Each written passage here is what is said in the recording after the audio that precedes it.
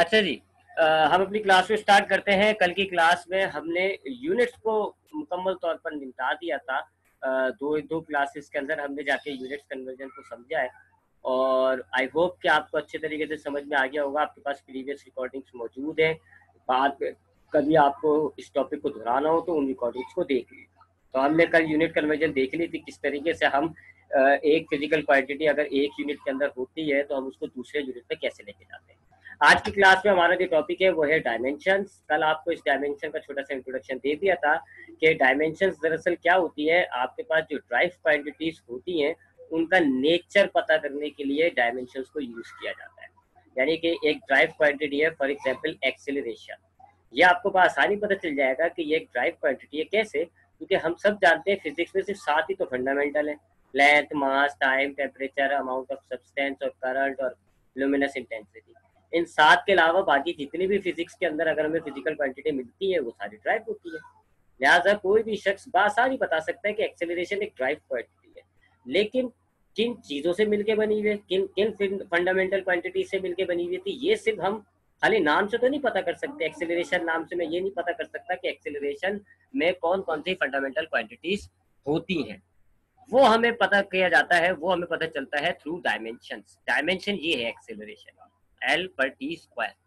Dimensions के जरिए हमें पता चलेगा कि एक जो फिजिकल क्वांटिटी है, ड्राइव जो फिजिकल क्वांटिटी है, उसमें कौन कौन सी फंडामेंटल क्वांटिटीज हैं और कैसे इन्वॉल्व हुई होती है। तो अब एक्सेलरेशन का डायमेंशन देखें आप, एल पर टी स्क्वायर। एल से मुराद होता है लेंथ और टी से मुराद होता है टाइम। तो हमें यहाँ डायमेंशन ऑफ एक्सेलरेशन से पता चलता है कि एक्सेलरेशन दो क्वांटिटीज से मिलकर बना हुआ होता है, एक लेंथ यानी कि एल और एक टाइम। और कैसे मिला हुआ है? एल और टाइम के दरमियान डिवाइड होता है और टाइम जो है वो स्क्वायर में है। तो ये डायमेंशन होते हैं। डायमेंशन आपको ये बताते हैं कि आपकी जो ड्राइव क्वांटिटीज है उसमें कौन कौन सी फंडामेंटल क्वांटिटीज इन्वॉल्व है और किस तरह है। अब हम डायमेंशंस को निकालना सीखते हैं कि ये जो डायमेंशंस होती है फिजिक्स के अंदर, ये हम कैसे पता करते हैं। ठीक है जी। अब डायमेंशंस को पता करने के लिए सबसे पहले तो याद रखिएगा, जो आपकी 7 फंडामेंटल क्वांटिटीज हैं उनका एक एक हमने सिंबल एज अ डायमेंशन लगा दिया। तो 7 फंडामेंटल कौन सी थी? एक थी लेंथ। लेंथ का जो डायमेंशन दिया जाता है फिजिक्स के अंदर वो है एल, एल फॉर लेंथ। इसी तरह मास जो होती है सेकंड फंडामेंटल क्वांटिटी, इसका जो डायमेंशन होता है वो होता है एम। फिर उसके बाद तीसरी फंडामेंटल क्वांटिटी हमारे पास है टाइम, और टाइम का डायमेंशन होता है कैपिटल टी। उसके बाद चौथी फंडामेंटल क्वांटिटी हमारे पास थी टेम्परेचर, और टेम्परेचर का हम कैपिटल टी तो नहीं ले सकते। क्यों? क्योंकि कैपिटल टी जो है वो अल्लाह आपका भला करे टाइम का हो गया। लिहाजा टेम्परेचर के लिए जो डायमेंशन यूज किया जाता है वो ग्रीक सिंबल है थीटा। उसके बाद करंट, इलेक्ट्रिक करंट का जो डायमेंशन होता है उसको हम कहते हैं ए। उसके बाद आती है इंटेंसिटी ऑफ लाइट, इसको आप लुमिनस इंटेंसिटी भी कहते हैं। इसका जो डायमेंशन होता है वो होता है आई। और आखिरी जो होती है वो होती है अमाउंट ऑफ सब्सटेंस, इसका जो डायमेंशन होता है वो होता है एन। ठीक है, कैपिटल एन, सॉरी। सारे कैपिटल लेटर्स में होंगे डायमेंशन, क्योंकि स्मॉल लेटर्स यूनिट्स में इस्तेमाल किए जाते हैं। आपने लेंथ, ये एल और ये ए स्मॉल, ये सब दूसरे, बाकी इनके जो स्मॉल लेटर्स है वो दूसरी चीज़ों के लिए। कहीं पर ए स्मॉल जो होता है वो एक्सेलरेशन का सिंबल है, टी स्मॉल जो होता है वो टाइम का सिंबल होता है, वगैरह वगैरह। एम स्मॉल जो है वो मिलीमीटर या मीटर के लिए होता है। तो इनके कैपिटल लेटर्स में डायमेंशन लिए जाते हैं। एक बात तो ये ज़हन में रख लिएगा। दूसरी बात ये है कि डायमेंशन को जब भी हम एक्सप्रेस कर रहे होंगे ना, स्क्वायर ब्रैकेट में लिखेंगे ऐसे। ठीक है, स्क्वायर ब्रैकेट में आने का मतलब हो गया कि अब ये जो एल है ना, ये कोई लेंथ नहीं है, ये लेंथ का डायमेंशन है। इसी तरीके से स्क्वायर ब्रैकेट में हम एम लिखेंगे तो अब हमें पता चल जाएगा कि ये डायमेंशन है। ठीक है, तो डायमेंशन को जब भी हम एक्सप्रेस करते हैं तो स्क्वायर ब्रैकेट के अंदर एक्सप्रेस करेंगे, क्योंकि ये सब मैंने आपको बताया ना। थीटा आगे जाओगे आप, आगे जाके पता चलेगा थीटा जो है वो एंगुलर डिस्प्लेसमेंट का भी यूनिट होता है, एंगुलर डिस्प्लेसमेंट का सिंबल होता है। तो ये बहुत सारी चीजों के सिंबल्स होते हैं अल्फाबेट्स आपके पास। तो इसलिए अब ये जो एम होता है ये मोमेंटम का भी सिंबल होता है, मेगा का भी सिंबल होता है। तो हम ये स्क्वायर ब्रैकेट का सहारा लेते हैं ताकि हमें पता चल जाता है कि अब ये डायमेंशन की बात है। तो डायमेंशन निकालने के लिए सबसे पहले तो आपको ये बात ध्यान में रखनी होगी कि ये तो आपकी 7 फंडामेंटल क्वांटिटीज हैं, इनका क्या क्या डायमेंशन होता है। लेंथ का डायमेंशन होता है कैपिटल एल, मास का होता है कैपिटल एम, टी का होता है कैपिटल टी, टाइम का होता है कैपिटल टी। मेजर तो ये 3 ही है, सबसे ज्यादा आप इन तीनों को इस्तेमाल करते हैं। ये तो आपकी जो फिर आगे जाके एडवांस फिजिक्स होगी उसमें ये चीजें आएंगी और उसमें डायमेंशन निकालने के लिए इस्तेमाल होगी। मेजर हमारे लिए तीन रहेंगे। टेम्परेचर का होता है थीटा, करंट का होता है कैपिटल ए, इंटेंसिटी का होता है आई, और अमाउंट ऑफ सब्सटेंस का होता है एन। तो पहले तो आपको ये 7 फंडामेंटल जो क्वांटिटीज है इनके डायमेंशन जहन में बिठा लें, और दूसरी बात ये जहन में बिठा लें कि स्क्वायर ब्रैकेट का सहारा लिया जाएगा। स्क्वायर ब्रैकेट में हम डायमेंशन को लिखेंगे ताकि हमें पता चले कि ये डायमेंशन की बात हो रही है, कोई सिंबल नहीं है ये किसी चीज का, कोई यूनिट नहीं है, इट इज डायमेंशन। ठीक है, एक बात। अब हमें डायमेंशन किस तरीके से कैलकुलेट की जाती है? फॉर एग्जाम्पल हमने तो ड्राइव क्वांटिटी का ही लेना है, तो फॉर एग्जाम्पल हम स्पीड की बात कर लेते हैं। अब मैं अगले पेज पे चले जाता हूँ क्योंकि बहुत सारी डायमेंशन हो जाएंगी ना। फॉर एग्जाम्पल हम स्पीड की बात कर लेते हैं कि स्पीड का डायमेंशन हमें मालूम करना है फॉर एग्जाम्पल। तो अब किसी भी चीज का, किसी भी ड्राइव क्वांटिटी का अगर आपको डायमेंशन चाहिए होगा ना, तो आपको उसका फॉर्मूला देखना पड़ेगा सबसे पहले। अब ये जो स्पीड होती है, वेलोसिटी होती है, इसका फॉर्मूला होता है डिस्टेंस डिवाइडेड बाय टाइम। अगर आपको स्पीड का डायमेंशन मालूम करना है तो you have to look into this formula. आपको इसके फॉर्मूले को देखना पड़ेगा। स्पीड का जो फॉर्मूला है वो है डिस्टेंस डिवाइडेड बाय टाइम। ये है जी। अब हमने इसका डायमेंशन बनाना है। अब डायमेंशन बनाने के लिए हम क्या करेंगे? इसके पहली बात तो स्क्वायर ब्रैकेट, क्योंकि अब आप डायमेंशन की बात कर रहे हो तो पहली बात तो आपने स्क्वायर ब्रैकेट पर आ गए। दूसरी बात, अब हम इसके फॉर्मूले के एतबार से डायमेंशंस डालेंगे। अब हमारे इसके पास स्पीड का जो फॉर्मूला है उसमें सबसे ऊपर क्या है जी? डिस्टेंस। डिस्टेंस जो होता है वो लेंथ ही की एक किस्म है, लंबाई ही की एक किस्म है। लेंथ ही की तरह इसको आप मीटर में नापते हो तो distance is equal to length. Distance length होता है, और लेंथ का डायमेंशन क्या है? ऊपर आपको बताया मैंने, लेंथ का डायमेंशन है कैपिटल एल। तो डिस्टेंस के लिए हमने क्या लिख दिया? उसका डायमेंशन डाल दिया एल। इसी तरीके से फॉर्मूले में नीचे डिनोमिनेटर में क्या मौजूद है? टाइम। तो टाइम का आप डायमेंशन डालें, टाइम का डायमेंशन क्या होता है? Capital T. ये आपके पास स्पीड का डायमेंशन आ गया, एल अपॉन टी। ठीक है, तो किसी भी क्वांटिटी का, किसी भी ड्राइव क्वांटिटी का अगर आपको डायमेंशन मालूम करना है, पहली चीज उसके फॉर्मूले को देखो। उसके फॉर्मूले में जो जो आपके पास क्वांटिटीज मौजूद हैं उनका डायमेंशन डाल दो। अब स्पीड के फॉर्मूले में हमारे पास क्या होता है? स्पीड का formula distance divided by time. लिहाजा मैंने इसका डायमेंशन अगर मालूम करना है तो मैं क्या करूंगा? ये जो आपकी क्वांटिटीज है, दोनों फिजिकल क्वांटिटीज, इनके आप डायमेंशंस को डाल दें इसके फॉर्मूले में। डिस्टेंस की जगह आपने एल डाल दिया, टाइम की जगह आपने टी डाल दिया। इसी तरीके से मैथमेटिक्स में आप जानते होंगे डायमेंशंस को हम कुछ कभी कभार माइनस पावर में भी मेंशन कर रहे होते हैं। आपको बहुत सारी जगहों पे नजर आएगा कि ये ऐसे लिखा हुआ होगा, ये ऐसे एल और टी माइनस 1 ऐसे भी लिखी जाएगी स्पीड की डायमेंशन। स्पीड की डायमेंशन ये भी सही है और ये भी सही है। क्यों? क्योंकि आपने पढ़ा होगा मैट्रिक के मैथ में कि अगर आपके पास कोई नंबर फॉर एग्जांपल नीचे होता है, डिनोमिनेटर में मौजूद होता है, और आप उसको लेकर ऊपर जाना चाह रहे हैं, नोमिनेटर में लेकर जा रहे हैं, तो आप ले जाए, उसकी पावर इनवर्स हो जाती है। +1 है तो ऊपर जाके क्या हो जाएगी? -1। -1 है तो ऊपर जाके क्या हो जाएगी? +1। इनवर्स हो जाती है पावर। अगर आपके पास डिनोमिनेटर में कोई नीचे कोई नंबर मौजूद है, आप उसको ऊपर लेकर जाना चाहते हैं, ऊपर ले जाए, जो उसकी पावर होगी उसके साइन को आप इन्वर्स कर दीजिएगा। अगर टी की पावर यहाँ पर जो है कुछ भी नहीं है तो क्या है? +1। अब मैं टी को एल के पास ले गया, ऊपर ले गया, तो मैंने टी की पावर को देके क्या कर दिया? -1। तो ये एल टी -1 ये या एल अपॉन टी ये एक ही बात होती है। तो ये आपके पास आ गई स्पीड की डायमेंशन। स्पीड की डायमेंशन क्या होती है? L T -1। इसी तरीके से एक हाथ और निकाल लेते हैं डायमेंशन, एक्सेलरेशन की पता करते हैं। अब हम जरा एक्सेलरेशन की डायमेंशन क्या होती है। तो एक्सेलरेशन की डायमेंशन के लिए हमें पहले एक्सेलरेशन के फॉर्मूले को देखना पड़ेगा। ठीक है जी, एक्सेलरेशन का जो फॉर्मूला होता है वो होता है वेलोसिटी डिवाइडेड बाय टाइम।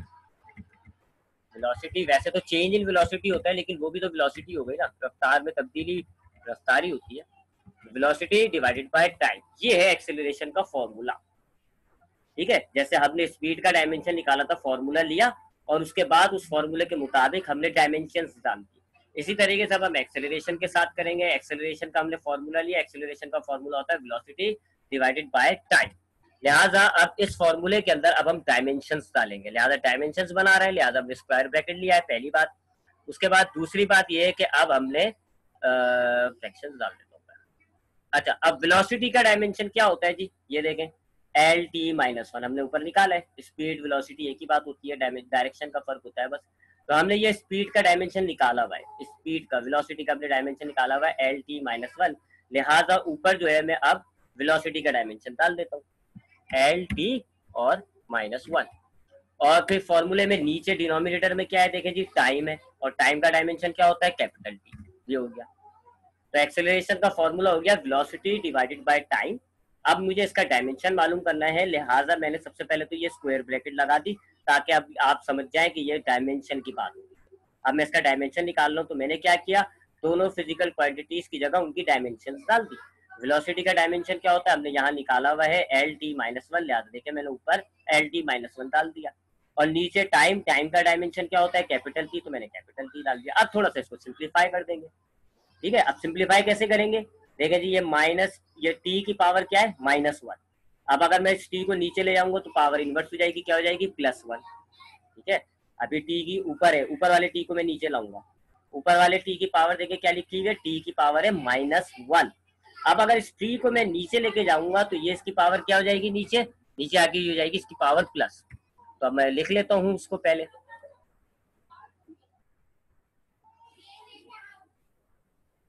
ऊपर जब मैं से टी को हटा दिया ऊपर से, तो अब ऊपर क्या बचा, एल। नीचे पहले से मौजूद एक टी था और दूसरा टी भी आ गया, ऊपर से नीचे आ गया। ठीक है, तो ये जो टी था t-1, इसको मैं नीचे ले आया, नीचे से ऊपर या ऊपर से नीचे अगर आप शिफ्ट करते हैं, न्यूमिनेटर से डिनोमिनेटर पे ला रहे हैं या डिनोमिनेटर से न्यूमिनेटर पे ला रहे हैं, तो फिर आप क्या करते हैं, पावर जो होती है उसका साइन चेंज कर देते हैं। तो अब हमने ऊपर वाले -1 को नीचे लेकर आए, +1 हो गया, ये आ गया नीचे टी, और ये पहले से मौजूद था। अब आप इन दोनों का मल्टीप्लाई करेंगे तो इनकी पावर ऐड हो जाएगी। अब आप इनको मल्टीप्लाई करें तो इनकी पावर आप ऐड कर देंगे, तो 1 + 1 कितना हो जाएगा, 2। ठीक है जी, तो अब हम इसको लिख लेते हैं सही तरीके से, जरा अच्छे तरीके से।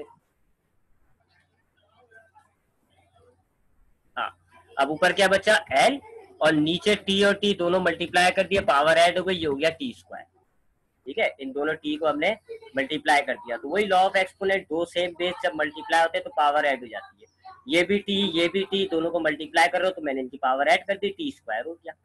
ये आपके पास एक्सेलरेशन का डायमेंशन होता है, एल डिवाइडेड बाय t²। अगर मैं इसको वो माइनस पावर में लिखना चाह रहा हूँ, ये वाली पावर में, जैसे कि यहाँ पर भी था ना l/t, मैंने इसको माइनस पावर में कैसे लिखा, टी ऊपर ले गया था तो साइन चेंज हो गया था। तो अगर मैं इसको लिखना चाह रहा हूँ ऐसे, तो ये t² ऊपर चला जाएगा। अब जब ये ऊपर चला जाएगा तो t² की पावर क्या हो जाएगी, माइनस हो जाएगी, यानी कि t-2। तो अब मैं इसको भी लिख लेता हूँ, ये भी एक्सेलरेशन की डायमेंशन को लिखने का ये भी तरीका होता है। तो अब मैं लिख लेता हूँ, उसको जरा अच्छा सा बना के लिखता हूँ। हाँ जी, तो अब मैं टी को ऊपर ले गया, t² को मैं ऊपर ले गया, नीचे जब टी था तो उसकी पावर थी +2, अगर ये ऊपर चले जाएगा तो इसकी पावर क्या हो जाएगी, -2, ऐसे। ठीक है, ये एक्सेलरेशन का डायमेंशन है, L-T-2। ठीक है, तो मुश्किल नहीं होता डायमेंशन निकालना, इजी होता है। आपके पास एक्सेलरेशन की डायमेंशन आपको फाइंड आउट करनी थी, आपने देखा एक्सेलरेशन का फॉर्मूला, एक्सेलरेशन का फॉर्मूला क्या होता है, वेलोसिटी डिवाइडेड बाय टाइम। अब आपने ये स्क्वायर ब्रैकेट निकाल लगा दी ताकि पता चल जाए आपको क्या डायमेंशन निकाल रहे हैं। वेलोसिटी की जगह आपने उसका डायमेंशन डाला, वेलोसिटी का डायमेंशन होता है L-T-1, और टाइम की जगह आपने टाइम का डायमेंशन डाल दिया। अब आपने मैथमेटिक्स अप्लाई किया, सिंप्लीफाई किया, ये t-1 था, इसको नीचे लेके गए, +1 हो गया, ये हो गया +1t। उसके बाद टी और टी इन दोनों को मल्टीप्लाई कर दिया तो पावर ऐड हो गई, t² हो गया। अब ये t² आप ऊपर ले गए तो टी की पावर क्या हो गई, -2। ये एक्सेलरेशन का डायमेंशन हो गया। अब हम एक्सेलरेशन से फिर अब मजीद आगे एक और डायमेंशन निकालते हैं, या एक्सेलरेशन का डायमेंशन नोट कर लिएगा, L-T-2। अब हम मजीद आगे अब एक और क्वांटिटी का निकालते हैं जी, फोर्स। फोर्स का डायमेंशन निकालते हैं। फोर्स का डायमेंशन निकालने के लिए अब जाहिर बात है आपको फोर्स का फॉर्मूला देखना पड़ेगा। फोर्स का फॉर्मूला होता है मास मल्टीप्लाई बाय एक्सेलरेशन। ठीक है, ma कहते हैं इसको, मास मल्टीप्लाई बाय एक्सेलरेशन, यानी कि ma। अब हम इसका डायमेंशन निकालेंगे, स्क्वायर ब्रैकेट लगाएंगे क्योंकि डायमेंशन की बात हो रही है, पहली बात। और अब हम इसका डायमेंशन लिखते हैं। अब पहली क्वांटिटी क्या है जी इस फॉर्मूले में, मास, और मास का डायमेंशन होता है कैपिटल M। उसके बाद मल्टीप्लाई, तो मल्टीप्लाई को मैं डॉट से रिप्रेजेंट कर लेता हूँ, नहीं भी लिखे हैं आप डॉट तो सबको पता है कि दो मैथ में अगर दो चीजें उनके बीच में कोई साइन नहीं है तो मल्टीप्लाई होता है। जैसे कि ये यहाँ पर देखें, ये L और T, इनके बीच में कोई साइन नहीं है तो इट मीन्स के मल्टीप्लाई हो रहा है। मैथमेटिक्स यही कहती है आपको कि दो टर्म्स के दरमियान, दो वेरिएबल्स के दरमियान अगर कोई साइन नहीं होता तो मल्टीप्लाई होता है। आप चाहे तो मल्टीप्लाई लिखते हैं, चाहे तो आप डॉट लगा दें, चाहे तो आप मत लिखें, एक ही बात होती है। तो मैं यहाँ लगा देता हूँ, ना भी लगाओ कोई इतना मसला नहीं है। तो m हो गया मास का डायमेंशन, और दूसरी क्वांटिटी कौन सी है, एक्सेलरेशन। तो अब हमें एक्सेलरेशन का डायमेंशन डालना होगा। ये रहा जी एक्सेलरेशन का डायमेंशन जो हमने निकाल लिया, एल टी माइनस टू। तो अब हम एक्सेलरेशन का डायमेंशन डालेंगे एल टी, और पावर क्या है -2। ये फोर्स का डायमेंशन हो गया, क्योंकि अब ये सिंप्लीफाई नहीं हो सकता, इससे ज्यादा मैं सिंप्लीफाई नहीं कर सकता। हाँ, इसको दूसरे तरीके से मैं लिख सकता हूँ। एक तो ये लिखा हुआ ना mlt-2, और एक मैं अपॉन की सूरत में लिख सकता हूँ, बात एक ही है। अपॉन की सूरत में अगर मैं लिखूंगा तो बस आपको टी स्क्वायर जो है उसको नीचे लेके जाना होगा, ठीक है। आप टी स्क्वायर को जब नीचे लेके जाएंगे तो उसकी पावर का जो साइन है वो चेंज हो जाएगा। अब आप टी स्क्वायर को जब नीचे ले जाएंगे तो ये क्या हो जाएगा, टी, और पावर साइन चेंज हो जाएगा, -2 है तो +2 हो गया, और ऊपर आपके पास टी चला गया तो क्या बचा ऊपर, ml, ठीक है। तो ये दूसरे तरीके से हमने लिख दिया, बात एक ही है। फिजिक्स का डायमेंशन, फोर्स का डायमेंशन सॉरी, ये होता है mlt-2 या फिर ml/t², बात एक ही है, बस सिर्फ आप नंबर्स को ऊपर नीचे करना है। तो ये हो गया जी फोर्स। फोर्स का आपने डायमेंशन निकाल दिया। अब हम एक और क्वांटिटी का निकालते हैं, उसके बाद फिर इक्वेशंस को वेरीफाई करने की तरफ जाते हैं। एक और क्वांटिटी का अक्सर हमारे पास आता रहता है एमसीक्यूज के अंदर, प्रेशर का डायमेंशन मालूम करके लिखना होता है। एमसीक्यूज में आती है असल में ये वाली बात है। प्रेशर का डायमेंशन निकाल लेते हैं। तो प्रेशर का जो फॉर्मूला होता है, पहले हमें वो देखना पड़ेगा कि प्रेशर का फॉर्मूला क्या होता है। प्रेशर का फॉर्मूला होता है force divided by area. Force upon area, force per unit area is called pressure. तो ये प्रेशर का फॉर्मूला है, फोर्स डिवाइडेड बाय एरिया। तो अब मैं प्रेशर का डायमेंशन निकालूंगा, लिहाजा प्रेशर के डायमेंशन के लिए मैंने पहली बात तो ये स्क्वायर ब्रैकेट ले ली, उसके बाद मैंने फ्रैक्शन बना लिया, ये ले जी फ्रैक्शन बना लिया, और दोनों तरफ चूंकि पावर आएंगे लिहाजा मुझे फॉर्मूले को सही तरह लिख देते हैं। हाँ, तो हमारे पास प्रेशर का डायमेंशन निकालना है। प्रेशर का फॉर्मूला होता है फोर्स डिवाइडेड बाय एरिया। अब आप डायमेंशंस निकालना है, लिहाजा आपने स्क्वायर ब्रैकेट लगा दी। अच्छा, अब ऊपर हमारे पास कौन सी फिजिकल क्वांटिटी है, फोर्स। तो फोर्स का डायमेंशन हम ऊपर डालेंगे, एरिया का डायमेंशन हम नीचे डालेंगे। अब फोर्स का डायमेंशन ये मैंने निकाला है आपके सामने, ये रहा mlt-2। ये फोर्स का डायमेंशन था ना, mlt पावर क्या है -2। तो मैं ये लिख देता हूँ फोर्स में, mlt पावर क्या है हमारे पास -2।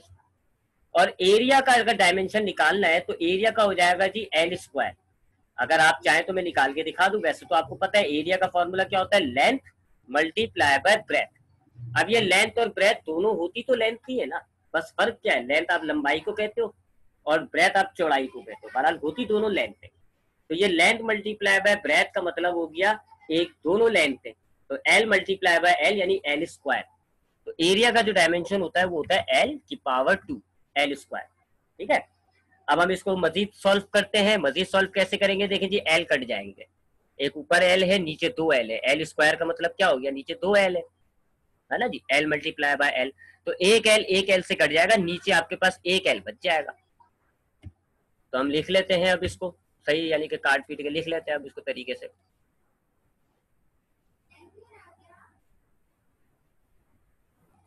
हाँ जी, तो ऊपर m बच रहा है, ऊपर का l कट गया, नीचे एक l बच जाएगा, और ऊपर आपके पास क्या बचेगा, t की पावर -2, ठीक है।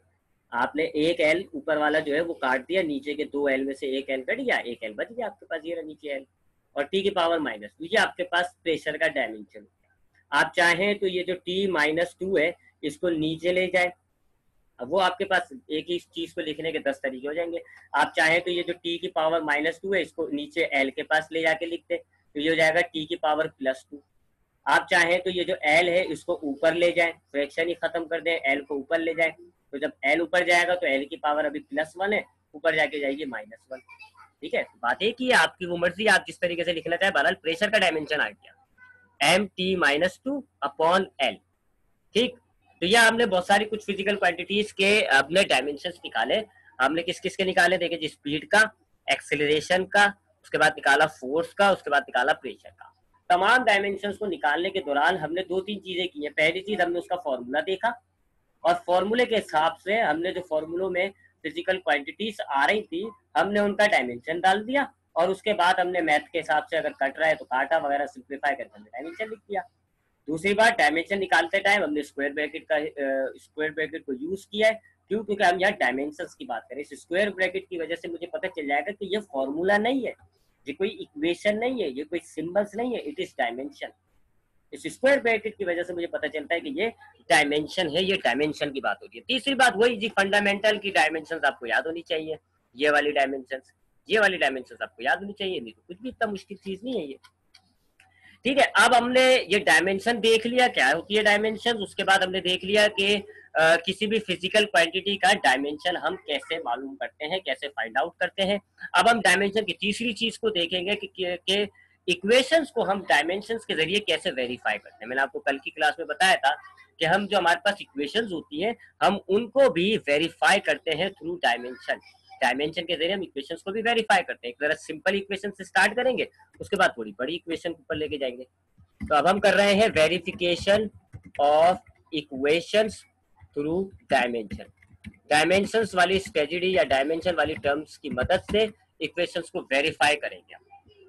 ठीक है जी, अब हम इक्वेशंस को वेरीफाई कर लेते हैं। कोई जरा सिंपल सी इक्वेशन लिख लेते हैं। मैं जरा बुक से ले लेता हूँ, हमारे पास कोई अगर अच्छी सी कोई सिंपल सी इक्वेशन है उसको वेरीफाई कर लेंगे पहले बुक से, उसके बाद फिर मैं आपको दिखाऊंगा equations of motion. Equation of motion जो है वो हमारे पास पेपर से आती है। पेपरों में हमारे पास अगर कोई डायमेंशन वेरीफाई करने के लिए आया तो वो इक्वेशंस ऑफ मोशन आती है।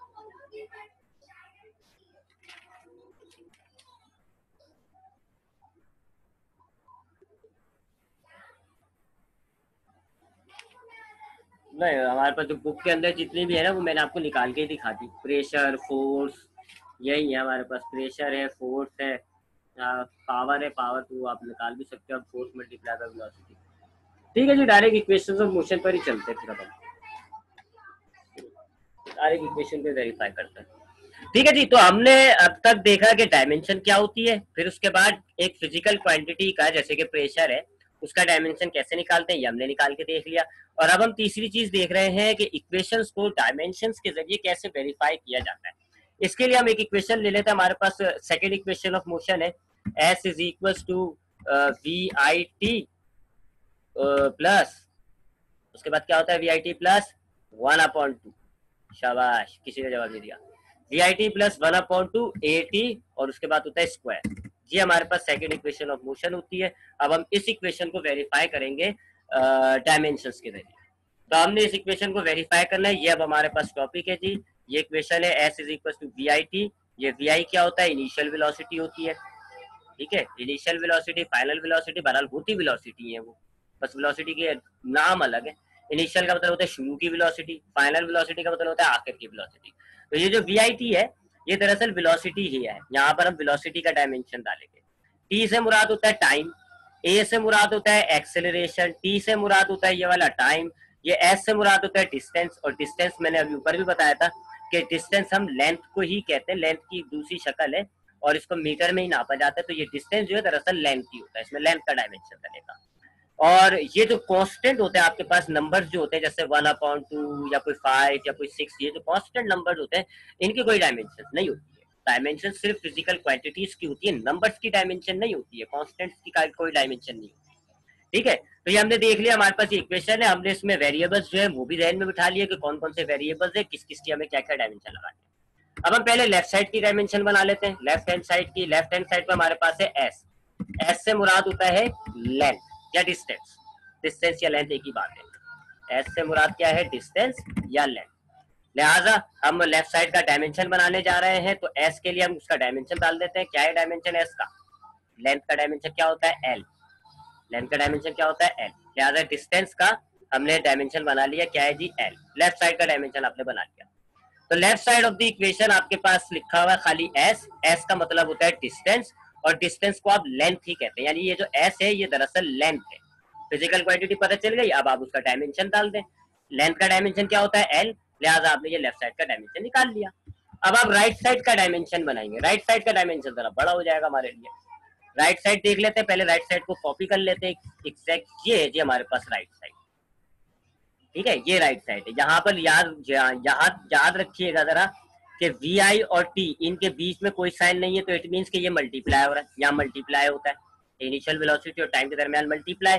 इसी तरह ये ए और टी जो है इनके दरमियान भी कुछ नहीं है, तो इट मीन्स कि यहाँ मल्टीप्लाई हो रहा है, यहाँ मल्टीप्लाई हो रहा है। और दूसरा ये फिजिकल क्वांटिटीज कौन कौन सी है ये हमने बात कर ली। तो ये है पहले इनिशियल वेलोसिटी। तो हम पहले यहाँ पे इनिशियल वेलोसिटी का डायमेंशन डाल लेते हैं जी, वेलोसिटी का, सॉरी। अब वेलोसिटी का डायमेंशन क्या था जी, हमने ऊपर निकाला है, आपको याद होगा वेलोसिटी का डायमेंशन मैंने निकाला है, आप निकालेंगे, याद हो भी जाता है। मैं आपको बता देता हूँ, इसका डायमेंशन होता है L divide by T, distance upon time होता है ना, चेक कर लें आप, देखें, ये देखें, ये देखें, ये स्पीड है और ये इसका डायमेंशन है L अपॉन टी। मैं अभी इसको ऐसे फॉर्म में नहीं लिख रहा क्योंकि काटा पीटी करूंगा मैं, तो मैं फ्रैक्शन की फॉर्म में लिख रहा हूँ L अपॉन टी। अच्छा, इसी तरह आप एक्सेलरेशन का भी डायमेंशन नोट कर लें, एक्सेलरेशन का क्या है, L अपॉन टी स्क्वायर। ठीक है, मैं यहाँ से कॉपी कर लेता हूँ ताकि मुझे जो है बनानी नहीं पड़े इक्वेशन। हाँ जी, तो इनिशियल वेलोसिटी यानी कि वेलोसिटी का डायमेंशन मैंने डाल दिया। उसके बाद क्या है जी, दोनों के दरमियान मल्टीप्लाई हो रहा है तो ये मैंने मल्टीप्लाई का सिंबल डाल दिया। फिर ये है जी टाइम, टाइम का डायमेंशन होता है कैपिटल, ठीक है, सॉरी मैंने उसको ब्रैकेट में नहीं डाला, स्क्वायर ब्रैकेट में डालूंगा क्योंकि डायमेंशन की बात हो रही है, कैपिटल, ठीक है जी। फिर क्या है, प्लस साइन, लिहाजा ये मैंने प्लस साइन डाल दिया। उसके बाद क्या है जी, 1/2, तो मैं 1/2 डाल देता हूँ यहाँ पे, ये ले जी 1/2, 1/2 आ गया। फिर 1/2 और ए के बीच में कुछ भी साइन नहीं है, मल्टीप्लाई होता है, मल्टीप्लाई लिखना चाहे लिख लें। फिर एक्सेलरेशन, तो अब यहाँ पर हम एक्सेलरेशन का डायमेंशन डालेंगे, ये आ गया एक्सेलरेशन का dimension L upon T square. उसके बाद क्या है जी, ए और टी के दरमियान कुछ भी साइन नहीं होता तो मल्टीप्लाई होता है, ये ले जी मल्टीप्लाई डाल दिया। उसके बाद है जी टाइम, टाइम का डायमेंशन डालूंगा मैं, टाइम का डायमेंशन क्या होता है, टी स्क्वायर, स्क्वायर डालूंगा क्योंकि स्क्वायर है और टाइम का डायमेंशन होता है टी, लिहाजा टाइम का डायमेंशन डाल देते हैं, ये आ गया जी टाइम का डायमेंशन, स्क्वायर के साथ डालूंगा, ये आ गया टी और ये आ गया स्क्वायर। ठीक है, ये मैंने सब फिजिकल क्वांटिटीज की डायमेंशन डाल दी। देखिए चेक करें दोबारा, वी आई यानी कि इनिशियल वेलोसिटी यानी वेलोसिटी, तो वेलोसिटी का डायमेंशन क्या होता है, एल अपॉन टी, ये मैंने डाल दिया। उसके बाद वी आई के बराबर में टी है तो मैंने टी का यानी टाइम का डायमेंशन डाल दिया टी। फिर है प्लस 1/2, ये तो मैंने एज इट इज लिख दिया। फिर एक्सेलरेशन है तो ये मैंने एक्सेलरेशन का डायमेंशन डाल दिया एल अपॉन टी स्क्वायर। और उसके बाद मल्टीप्लाई बाय टी स्क्वायर है तो ये मैंने मल्टीप्लाई बाय टाइम का डायमेंशन डाल दिया स्क्वायर। अब आप काटा पीटी करेंगे जी, देखें जी ये टी और ये टी कट गया, ठीक है जी, ये काट दिया आपने, टी से टी कट गया। इसी तरह टी स्क्वायर और ये टी स्क्वायर, ये दोनों कट गए आपके, ठीक है जी, टी टी कट गया, पूरी इक्वेशन से टी गायब हो गया। एस लेंथ कैसे होता है Manahil, S stand for distance, S से मुराद होता है डिस्टेंस, और किसी भी चीज का डिस्टेंस जो होता है अगर आपको नापना होगा तो वो लेंथ में तो नापते हो आप, मीटर में तो नापते हो आप। आपसे बोला जाए जी यहाँ से लेके गली के कोने तक का डिस्टेंस नाप के आओ, तो आप कैसे नापोगे, 1 metre, 2 metre, 4 metre, 10 kilometre, 20 kilometre, तो ये डिस्टेंस लेंथ ही है, बस वो अलग अलग वर्ड जगहों पे अलग अलग इस्तेमाल होता है। अगर किसी चीज की लंबाई हम कह रहे होते तो हम लेंथ कहते हैं, अगर रास्ते की लंबाई कह रहे होते तो हम उसको डिस्टेंस कहते हैं, तो चीज एक ही है। अगर आप मिसाल के तौर पे मोबाइल की लंबाई नापेंगे तो आप लेंथ बोल रहे हैं, और अगर आप रास्ते की लंबाई नाप रहे हो, पाथ की लंबाई नाप रहे हो, तो उसको आप डिस्टेंस कहते हैं। ठीक है, तो डिस्टेंस जो होता है, एस जो होता है, ये दरअसल लेंथ ही है, ये फंडामेंटल क्वांटिटी है, लेंथ ही है। तो हमने ये हमारे पास इक्वेशन का राइट साइड था, हमने उसमें वेरिएबल्स डाल दिए, ये आपके पास वेरिएबल्स आ रहा है। अब आप देखें इसको तो टी हमारा मुकम्मल तौर पर कट चुका है, यहाँ से भी टी से टी कट गया और ये टी स्क्वायर से कट गया। अब हम जो बच गया वो लिख लेते हैं जी, क्या बच गया हमारे पास, इधर से बचा एल, इधर से बच गया हमारे पास ये एल बच गया जी, और इधर से क्या बचता है हमारे पास प्लस, और फिर है 1/2, 1/2, और उसके बाद है जी एक क्या, एक और एल, एक और एल बच गया, ये ले जी एक और एल बच गया, ये बचा है जी, टी कट चुका है, तो यहाँ साइड, इस साइड से आपके पास एल बच गया और इस साइड से आपके पास 1/2 एल बच गया। अब आप इसको एलसीएम के जरिए जब आप सॉल्व करेंगे तो इसका आंसर आएगा 3L/2। अब ये मत पूछ लीजिएगा एलसीएम कैसे निकालते हैं, ये जानबूझ के बोला है मैंने ताकि अगर आप में से कोई पूछे ना वो आपसे पूछे। अच्छा जी, मैं यहाँ पे लिख रहा हूँ, जरा फ्रैक्शंस को बना लेता हूँ, ये हो जाएगा 3L/2। ये एलसीएम से मैंने सॉल्व कर दिया। एलसीएम आपको बता देता हूँ, ये हल कर दे जल्दी जल्दी, ये आपके पास एल को 1 से मल्टीप्लाई करें तो ये हो जाएगा L/2, ये हो गया L/2, ये हो गया एल। अब इसके नीचे कुछ भी नहीं है तो 1 है। मैं आपको दिखा देता हूँ अभी, मैं चले मैं दिखा देता हूँ आपको, पता नहीं ना आप लोगों को सवाल ना हो, मैं आपको पेड़ में दिखा देता हूँ कैसे निकाला जाता है एलसीएम। 5 मिनट तो है ना, मैं दिखा दूंगा। हाँ, ये जरा पेंट पे जाऊंगा मैं, हमारे पास क्या आ रहा था, एल आ रहा था, प्लस फिर था 1/2 और ये एल है ना। फिर ये 1 और ये l, इन दोनों को आपने मल्टीप्लाई किया तो 1 l जा l हो जाता है, तो ये हो गया l प्लस l अपॉन 2, ये हो गया। अब ये जो l है इसके नीचे कुछ भी नहीं है, तो सब जानते हैं मैथमेटिक्स में अगर किसी के नीचे कुछ भी नहीं होता तो 1 होता है। ये आपके पास दो फ्रैक्शंस हो गए, डिनोमिनेटर का आपने 1 और 2 का एलसीएम निकाला, निकला 2, ठीक है जी। अब 2 को आपने 1 से मल्टीप्लाई किया तो 2 1 जा 2 हो गया, सॉरी डिवाइड किया, 2 को जब आप 1 से डिवाइड करें 2 आंसर आता है, और 2 को ऊपर वाले से मल्टीप्लाई करें ये हो जाएगा 2l। यहाँ 2 से 2 कट गया तो खाली l बच गया, ठीक है ना। ये आप जानते होंगे कि नीचे वाले से हम डिवाइड करते हैं नीचे वाले से, और जो आंसर आता है फिर ऊपर वाले से हम मल्टीप्लाई कर देते हैं। ये एलसीएम है, मैथमेटिक्स से बचपन से पढ़ते आ रहे हैं हम। तो हमने 2 को 1 से जब डिवाइड किया तो 2 आंसर आता है, जब आप 2 को 1 से डिवाइड करो 2 आंसर आता है, और फिर 2 को आपने जब l से मल्टीप्लाई किया तो 2 और l मल्टीप्लाई होकर क्या बन गया 2l। इसी तरह जब आपने 2 को 2 से डिवाइड किया तो 1 आंसर आया, और 1 को जब आपने l से मल्टीप्लाई किया तो l। अब ये 2l प्लस l ये कितना हो गया 3l अपॉन 2, ठीक है जी, ये था एलसीएम। अब वापिस जा रहा हूँ मैं इसी स्क्रीन पर अपने बोर्ड की तरफ, ये देख लेगा आ रहा है ना नजर। तो ये हो गया जी 3l अपॉन 2। अब मैं आपको पहले ही कह चुका हूँ कि कांस्टेंट जो होती है 1 अपॉन 2 2 अपॉन 2, ये जो नंबर होते हैं इनकी कोई डायमेंशंस नहीं होती, तो फिर ये डायमेंशन के सिंबल में करके आ रहा है, इसको हम निग्लेक्ट कर देंगे, ठीक है। ये जो नंबर्स होते हैं 1 upon 2 2 upon 2 3 upon 2, they don't have any dimension. Dimension तो फिजिकल क्वांटिटीज की होती है, इन नंबर्स का कोई डायमेंशन नहीं होता। तो ये जो नंबर्स है हम इनको फिर निग्लेक्ट कर देंगे, इनको हम हटा देंगे, रिमूव कर देंगे। हमने इनको रिमूव कर दिया, तो जब आप इस नंबर्स को आप निग्लेक्ट करेंगे तो क्या बचेगा आपके पास, इस साइड पर l बच जाएगा। देख ले जी, राइट साइड का भी और l साइड, दोनों साइडों का सेम डायमेंशन आ गया, लेफ्ट साइड और राइट साइड दोनों का सेम डायमेंशन आ गया। लेफ्ट साइड में भी l था, राइट साइड पे भी, आपकी इक्वेशन वेरीफाई हो गई।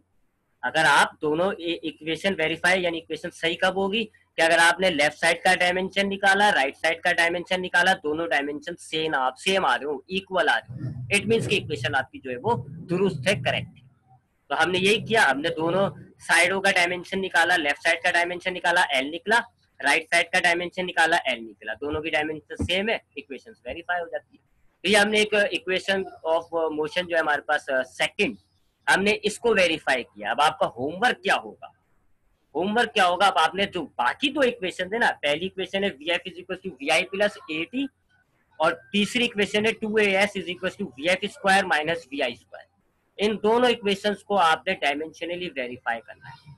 मैं आपको कल की क्लास में दिखाऊंगा इन दोनों को वेरीफाई करके, दोनों इक्वेशंस को मैं वेरीफाई करूंगा खुद से, लेकिन आप पहले से करके देखिएगा, और मुझे जो है आप जब मैं करके दिखा रहा हूँ तो आप अपने आंसर को वेरीफाई कर लीजिएगा, आपको पता चल जाएगा कि आपको कितना आया, ठीक है जी।